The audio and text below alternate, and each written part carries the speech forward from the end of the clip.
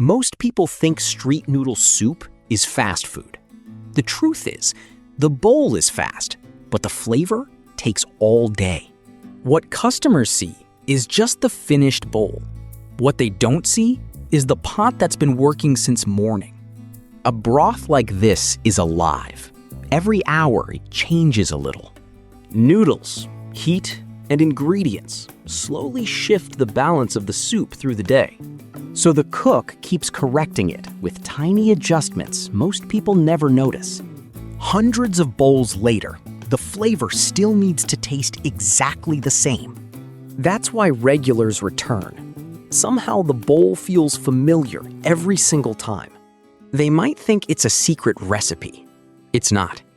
The real secret is attention. Watching the pot, listening to it, tasting it again and again. Years of repetition teach when the broth is deep enough or when it needs a little brightness. To customers, it looks simple. Behind the counter, it's constant decisions all day long. And when the rush ends, the quiet prep begins again. Because tomorrow's flavor starts long before the first bowl is served. Next time you grab street noodles, watch the pot.